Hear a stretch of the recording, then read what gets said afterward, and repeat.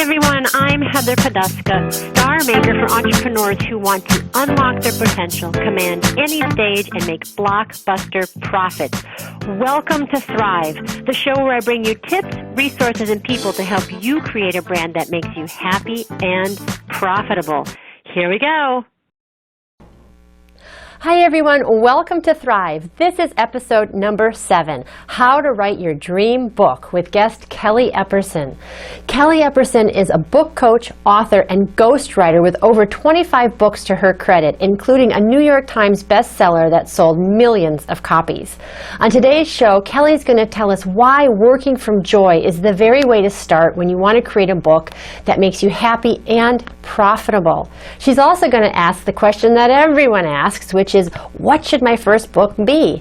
And finally, she's going to explain to us how we can make money in our businesses from our book without spending thousands of dollars on a huge book launch campaign. Kelly is the real deal and sweet as pie. I hope you enjoy the show. Hi everyone, and welcome to Thrive, the show where I bring you tips, resources, and people to help you create a brand that makes you happy and profitable. I'm your host, Heather Poduska, and I help entrepreneurs become industry stars by teaching them how to command any stage and leverage their media opportunities.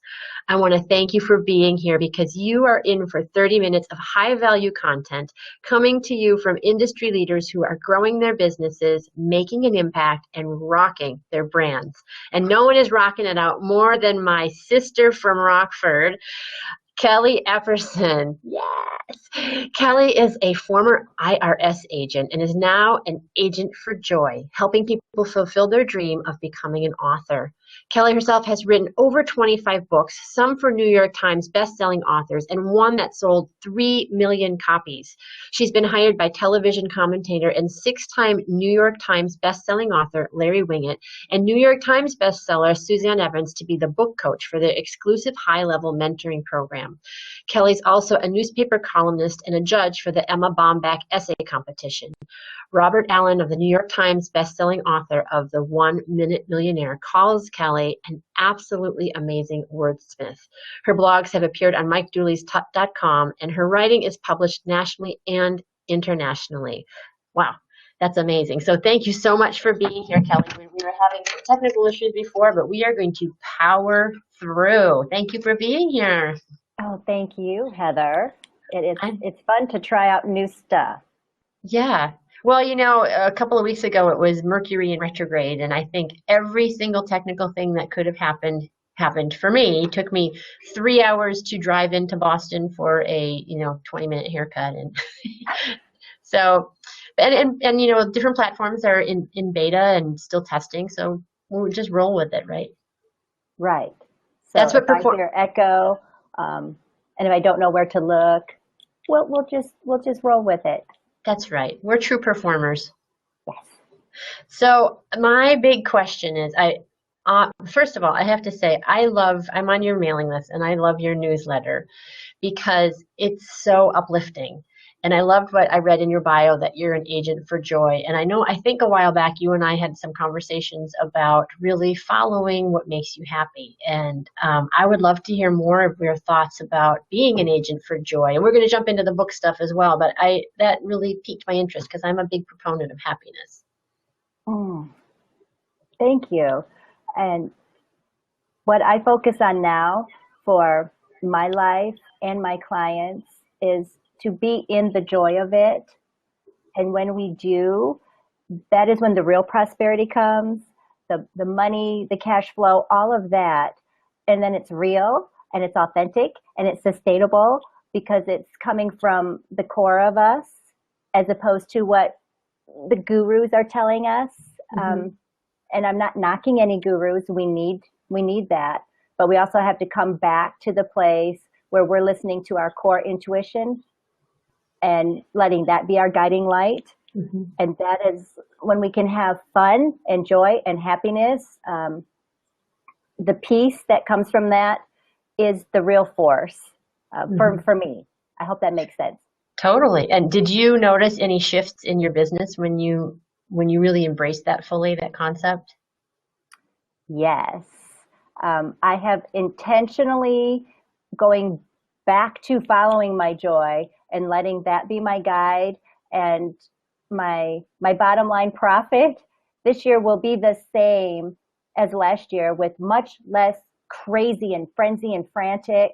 And I'm so excited as I look to next year, how I can, increase that in whatever way I want.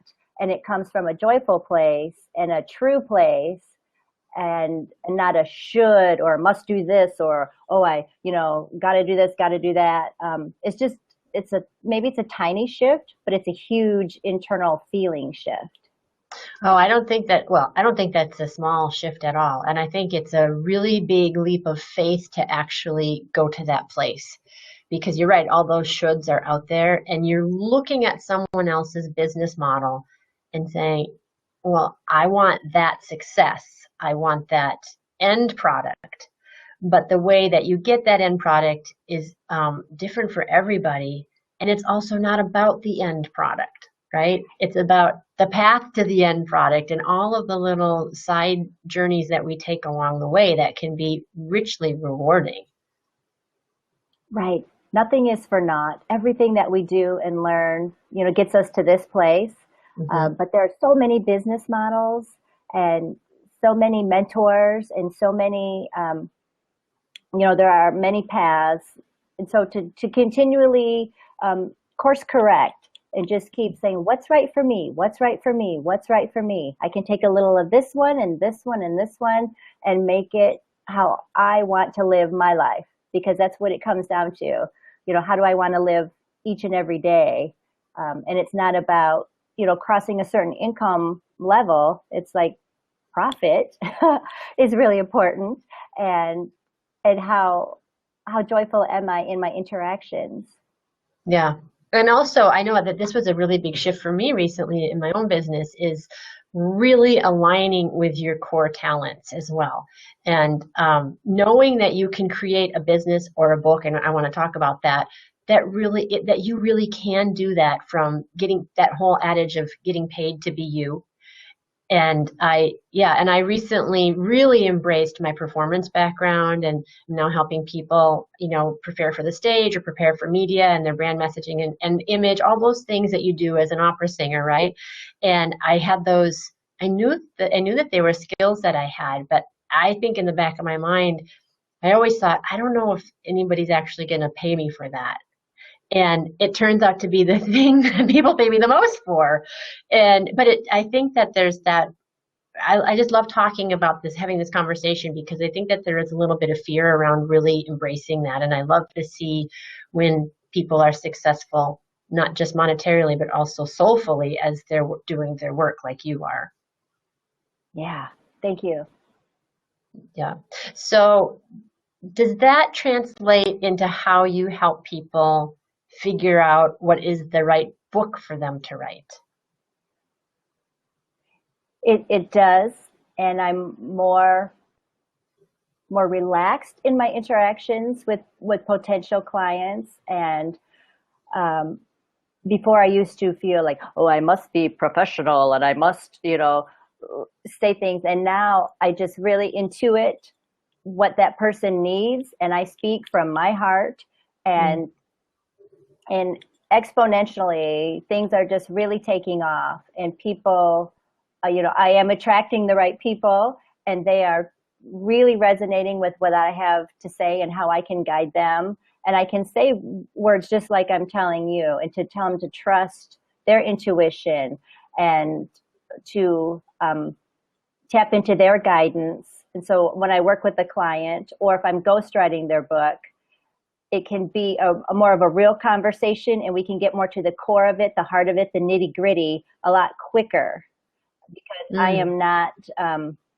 trying to put on some image of, oh, I am the right person for you. They'll get it right away. If I am, they know it, and if I'm not, great, and that's great for the both of us. That's awesome. I love that. It's really like it has to be a marriage, right? It's not just a notch on your business bedpost, right? It's a marriage between the client and the mentor, and the thing that you do is so intimate, I think, with people, of helping them find their writing voice, that must be really important to that process to have the right match. So tell me a little bit what you actually do for clients. How do you work with them in terms of their desires to be authors? There's two main ways. I book coach and I ghostwrite. And if I am the ghostwriter, that means I am taking their content and I'm the wordsmith. And if I am book coaching you, so you would come to me and you say, I really want to write this book, but I'm swimming in my ideas, or I don't know how to structure it. I don't know how to get from here to there, whatever questions you have. And I have to apologize because I'm hearing an echo of myself. So if I'm a little wonky in my head. I don't hear an echo. Okay. I have voices in my head. But as that's a good thing if you're a writer. Yeah, many voices. That's what it is, all those many voices that we have to listen to that made true one. But as book coach, I'm part life coach, part business coach, and part writing coach. I work with my clients and we talk through their content, their ideas, and get down to their core purpose. How is this book serving the world, and how will this book serve them? So, and then we map out the content, we do the outline, the actual nitty gritty. Then they go off and they write and they send a piece back to me, and they get developmental editing while they're doing it. So I'm their partner throughout the process. So it is totally, I am their support, their cheerleader, their butt kicker. It's way more than grammar coaching. And if I am the ghostwriter, then I have this upfront conversation and I take all their content, whatever that may be, and then I'm crafting it and I give it to them to review.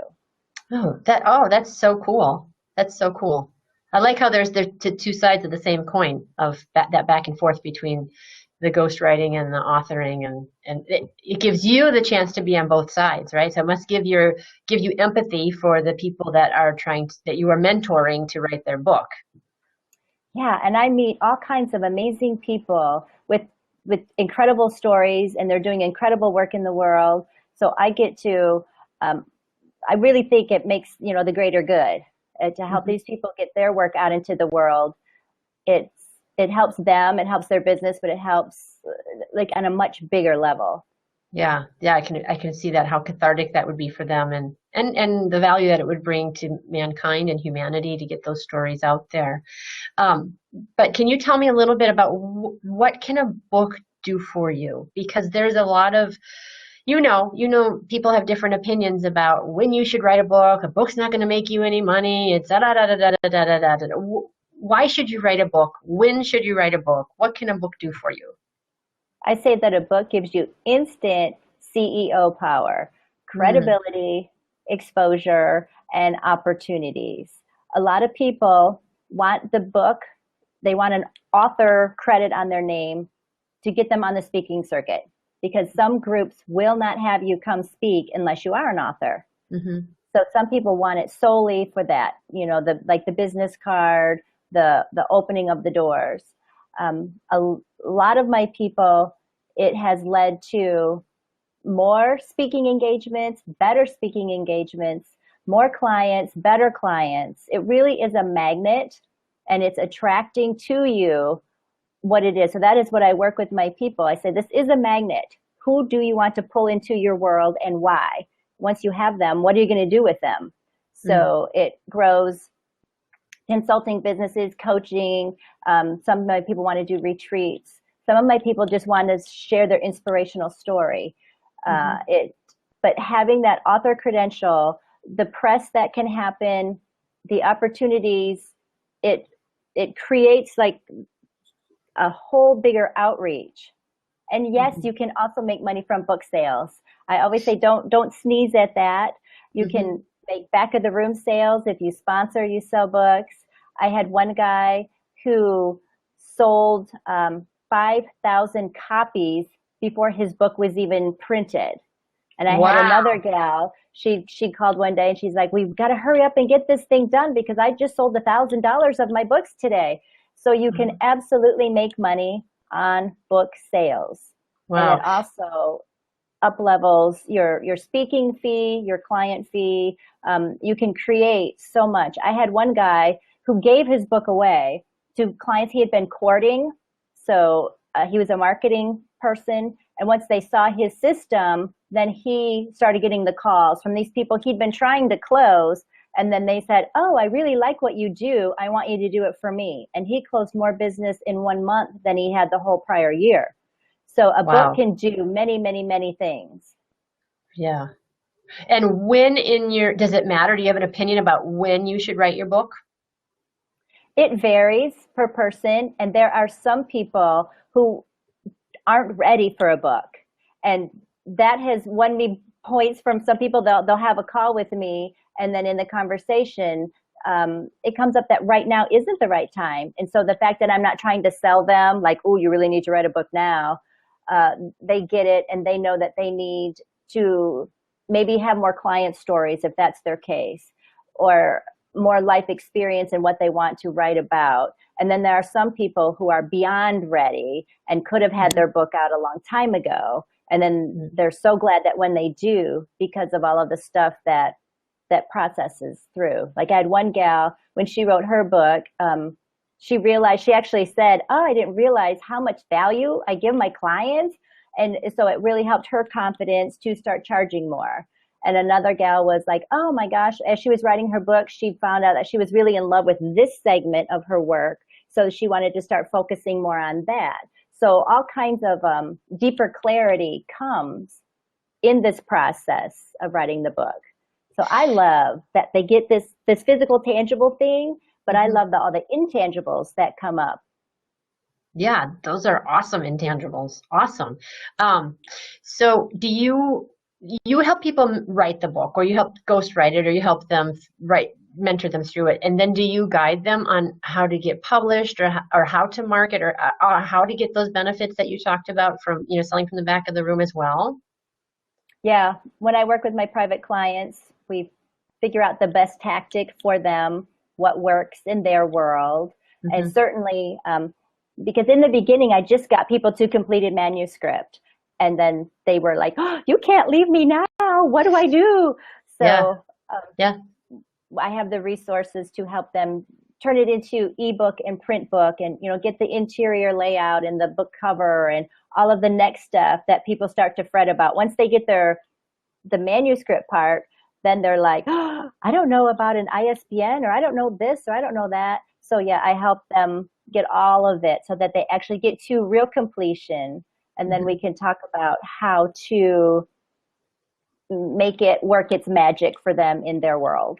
So let me ask you this question about marketing your book, because my understanding is that you really have to have a marketing plan. And I know that, I know a couple of people big names out there who are doing big launches, and I'm watching their launches, and it is so involved and so strategic, and so many JV partners and so many bonuses and all of these things. And from what you just said, it sounds like that's awesome, and you can really do well and make the bestseller list if you do those things, but it's not the only way. Do you think that you must have a big marketing plan to really succeed with your book, or are these other ways that you can do it? Right. It totally depends on what your goal is. A lot of people don't need to do that huge launch that you're talking about and having all of the JV partners. You can spend a lot of money to get your book out there in that way.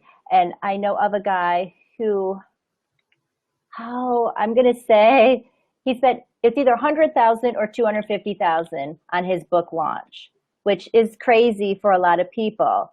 And he didn't even do it for book sales. He did it because of his product, his program, his mastermind. So he was able to increase his outreach and close $1 million in his that area because of the book. But he's obviously at a higher level. I have a lot of clients who would never in a million years want to spend 100,000 on a book launch. And you don't have to. It can create all kinds of buzz, and it leads to amazing things. And then it's really like that one thing leads to the next, to the next, to the next. And so you can become really big in your local area, and then it becomes regional, and then state, and then you can become national, because you are the author of this book, and one great speaking gig or one great client leads to the next. Mm-hmm. Yeah, definitely. So once you've got the book, you're done. You have the book, you're ready to roll. How important is it for your clients then to get on stages? Is that what most of your clients want, is to get on speaking stages, or do they need media? Do they want to get in media to really promote their book? How does that work for most of your clients? Some of them want speaking, and some people don't care about that at all. I have a wide variety. Some of my clients are corporate level who they don't care about that kind of speaking, in this like online entrepreneur world. I have some people who just really want to share their story. I have one gal who, she's a mom, and her 12-year-old daughter was diagnosed with a rare brain cancer, and they had met another family with a 12-year-old girl who was been diagnosed with the same. So this book is called Two Mothers, One Prayer. Well, she doesn't want to speak in that way, right? She wants to share the story to help other parents. I have a lot of people who want to share their stories to help in an inspirational, motivational way, whether they want to speak or not. So I happen to have a wide range of people. Yeah, I love that. And I have to say, one of the things I love about you, Kelly, is that even though you're in the coaching world in a lot of ways, your net is so much broader. And I think that sometimes people get sort of claustrophobic, or a small sense of the world when you're in your industry, and you feel like this is how everybody lives, this is what everybody wants, and there's a whole world out there of different people living different lives. I say that too. There's many worlds, and that's true. We get into one area and you start to think that's it. And it's like, no, there's many, many, many worlds, and there's no right or wrong. We just find what resonates with me at that time, and it goes back to following your joy. Hi everyone, I hope you're enjoying the show. There's still more great content to come, but I wanted to take just a minute to talk to you about a new course I've created called Close Any Room. You may have noticed that all of my guests know how to speak about their businesses in a clear and compelling way. But that's something a lot of entrepreneurs struggle with, and it's something you need to know how to do so you can convert your audience into more sales. And that's why I've created this course. It's a 6-week audio course to teach you how to craft a signature talk so that you can authentically give value and close more of your audience from the stage. In the class, you learn how to create a clear and compelling point of view, how to organize your content and give great value to your audience without giving away the farm, how to structure your talk so that it seamlessly closes your audience at the end without feeling salesy. And I also give you templates and instructions how to create marketing materials, a speaker sheet, and all kinds of sign-up sheets when you're giving your talks. And finally, what everybody's hot to know, I also give you tips and resources on how to find speaking gigs. It's an all-inclusive course so that you can start closing and selling more from the stage. And as my free gift to you for tuning into the podcast, I'm giving you my free webinar, also called Close Any Room, and you can listen to it at clearvoicebranding.com/close-any-room. And it will give you lots of tips and information to get you started on how to create that signature talk that sells. Okay, we're going to get back to the show now. There's still more great content to come. Thanks for joining me. Find the worlds that work for you. So do you have any tips or thoughts about what, and I hate to use the word should because, that's not the best word, but what your first book should be? Ooh, I love that question, because a lot of people think that, I should write on this. Like, I am a marketing person, I must write on my 7 tips or whatever. And they go round and round with themselves, and sometimes it will come up in conversation. But what I really want to write on is this. and so usually I will tell them to trust their heart and go with that, because it still will open the doors and help their business. The author credential is still going to serve you. Mm. And if you don't have the passion for the first one, it falls flat. So what do you want to be juiced up about? So I have one example, and I'm trying not to name names or say examples, but she was a gal and thought, I must, I really should write this book because it's based on this program that I teach, but I'm really on fire that I want to help. She wants to help veterans. So here we are with this gal. It's a year later, and she's finally come to the conclusion that this is the book that she wants to write, because now this is the work that she's doing, but she had this inner debate with herself. So if that little voice is telling you, oh, I really want to write on that, that's usually the way to go. I'll have to think about that, because I have a book that I want to write that has nothing to do with my business. That has to do with being a mommy, but I'm not going to become a professional mommy. I'm not going to change my business. But I like that answer because it's freeing. And I think that with anything that you do in life and business, taking that step, taking that inspired action, just listening to that voice and following the small yeses lead you to the big yeses. Right? So maybe it's a gal, she was not my client, I just met her. She's a financial person, and she wrote a book with, her first book was spiritual poetry. So it had nothing to do with her business, but yet it has led to more clients, and it has shown a different side of her. So she's attracting more of the people into her world, and now she's doing more programs with her money stuff, but with women and spirituality. So it's all a progression. I'll have to think about that. That's awesome.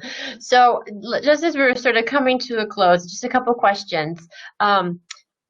What tips could you give people to just start writing? What would, even if they're not at the point where they're ready to write a book yet, but just to improve their writing or to start writing, any tips that you could give people around that? I certainly give that. It sounds a little silly, but to get into that calm place before we do anything, even before we decide what book is the right one, to get into a relaxed place. Any kind of like stress busting activity is also a writer's block activity. So one example is coloring, and adult coloring books now are all the rage. Yeah, I've been preaching this for years. I have one. Yeah, there's a Harvard study that shows smelling a Crayola crayon lowers your blood pressure. So, That's hilarious. Anything that you can do to get out of your head and more into body and into heart. So when you can come from that calm place, so color for a couple minutes, or go for a walk and let your crap process, so then when you sit down to write, whether it's a blog post or an article or a book or a love letter or whatever, you're coming from a more pure place, where, because you're connecting with you, and that is how we connect with anybody else. And that's the bottom line, and it's connection. Yeah. So first you have to connect, this way and within you, and then that is the time to write. Okay, that's a tweetable. Connect with yourself first, and that's the time. The time to write is when you connect with yourself. Yes. Yes. Okay. That was awesome. And if people, I have a couple more questions, but just before we jump in, if people want to know about working with you, how would they get in touch with you? KellyEpperson.com, and certainly Kelly@KellyEpperson.com. Awesome. Okay. So 2 last questions. The first one is, what do you think a star is? What do you think an industry star is? What does that look like? An industry star? What is someone who has star quality? What does that mean? What does that look like to you? Somebody who is absolutely living their joy, and they are a true success, where they are happy at work and at home, and they're, I would say, not a workaholic, but for some people that is their joy. So a true industry star is somebody who is true to themselves, and in that they are inspiring others to be true to themselves. I love that answer. I love that answer. And you are certainly an industry star, and you have just checked off all those boxes for yourself, right? Really Yes. inspiring other people and having a holistic life and business and holistic success and helping people find their joy. I mean, what else is there, right? And making money at it, right? It's beautiful. So last question. Today, if your answer just today, what your answer would be, what are you most grateful for? What am I most grateful for? Mm-hmm. Right here, right now, that I have this career, this flexibility, that I can create my life. I'm sitting right now in my sunroom. I'm surrounded by beautiful trees. I have a beautiful husband. I have a beautiful home. I meet beautiful people doing beautiful work. So I'm really grateful for this this life. Yeah, that's awesome. And I'm very grateful for you and for your time, and I want to acknowledge you for being here and for sharing all of your expertise. And I know that it comes from a place of authenticity and a spirit of giving and a place of being a true expert. You're not just blowing smoke up people's skirts. You're walking the walk, talking the talk, and you have the goods to deliver. And I just want to acknowledge you for bringing your talents into the world and honoring your calling and making it your very, very own way. So thank you so much for being here, Kelly. I really appreciate you taking your time to spend with me today. Thank you. And I want to thank all of you for joining us as well. And my gift to you for staying on the line with us till the end is my free webinar, so you can become a great speaker. If you have a book, or if you just want to learn how to speak and sell from the stage, you can go to clearvoicebranding.com/close-any-room.